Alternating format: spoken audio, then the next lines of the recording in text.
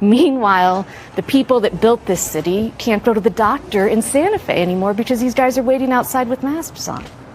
That's what witnesses say happened this morning. Healthcare workers say masked ICE agents grabbed a man after he took his teenage daughter to her doctor appointment in Santa Fe. Well, that girl is back with family, but a community is shaken after what they call a wave of ICE activity in the city different. 4 investigator Ryan Laughlin was in Santa Fe on a totally different assignment, went over to the health center. So, Ryan, what did you find there? Guys, La Familia Health Center is where one man was taken by ICE agents this morning. And while this instance caused a stir because it left that man's teenage daughter in tears in the parking lot, this was apparently only one of 8 ICE detainments, as Santa Fe appears to be the latest focus for federal immigration enforcement.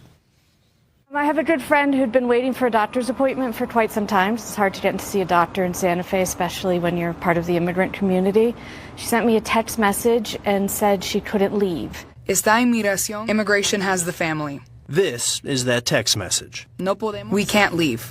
So I drove down to Alto Street, and sure enough, just like you see everywhere on television, there were maybe 5 or 6 masked agents, bulletproof vests, the black things over their head, baseball caps surrounding a car.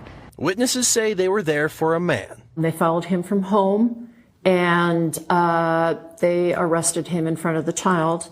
Jasmine Mills with La Familia Health says she was outside trying to de-escalate things.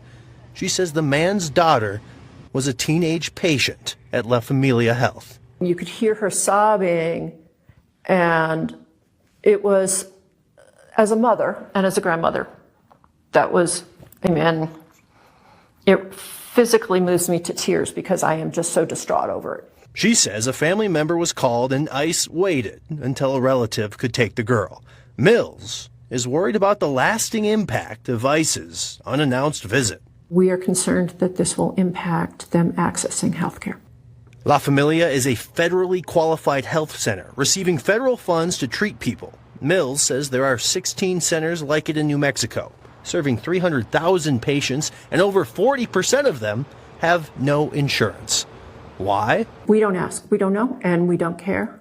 If they are frightened because of today's events, that will have an impact on revenue. But moreover, it's going to have an impact on the health of the community. She's okay. It's going to take me a while to convince her to go back to the doctor. Widmar's friend isn't sure when she'll be going back to see her doctor. I mean, these sorts of policies, they don't make anybody in this city safer. Well, Homeland Security have repeatedly said it is targeting the worst of the worst when it comes to these targeted ICE enforcement actions. But they also tell us any information about detainees is now only going to come out of Washington, D.C., not their local offices. So we reached out today to ask about the history of the man detained at the health center. We've not heard back. If we do, we'll bring you that update. Guys?